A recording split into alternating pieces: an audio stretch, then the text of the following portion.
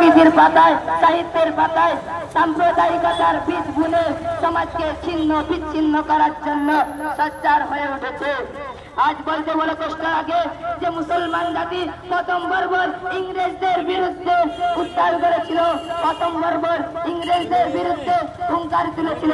আজ সেই জাতি লাঞ্ছিত, অবহেলিত, পদদলিত, সর্বক্ষেত্রে মুসলমান জাতিকে তারা পিছিয়ে রাখার চেষ্টা করছে। কিন্তু তারা জানে না যে আমরা হলাম আগুনের জাত, আর আগুনকে কখনো ঢেকে রাখা যায় না, কারণ তার নিশানা হলো ধোঁয়া ওড়া।